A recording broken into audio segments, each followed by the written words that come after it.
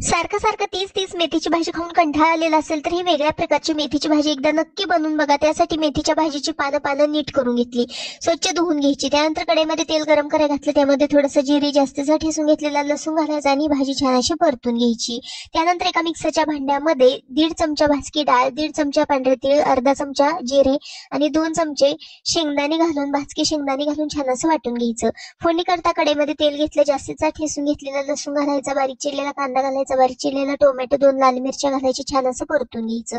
त्यानंतर सुके मसाले घालायचे, हळद पावडर, धना पावडर, गरम मसाला घालायचा, थोडासा हिंग घालायचा, बनवून घेतलेलं वाटण घालायचं आणि छान असं परतून घ्यायचं। आवश्यकतेनुसार पाणी घालत छान अशी ग्रेव्ही बनवून घ्यायची। चवीकरता मीठ घालायचं आणि परतून घेतलेली भाजी घालायची। त्यानंतर झाकण ठेवून थोड्या वेळासाठी ही भाजी छान अशी शिजवून घ्यायची। भाजी छान अशी शिजवून झालेली आहे। इथं आपली मस्त अशी लसूणी मेथीची भाजी बनवून तयार झालेली आहे। व्हिडिओ आवडला असेल तर पटकन लाईक करा।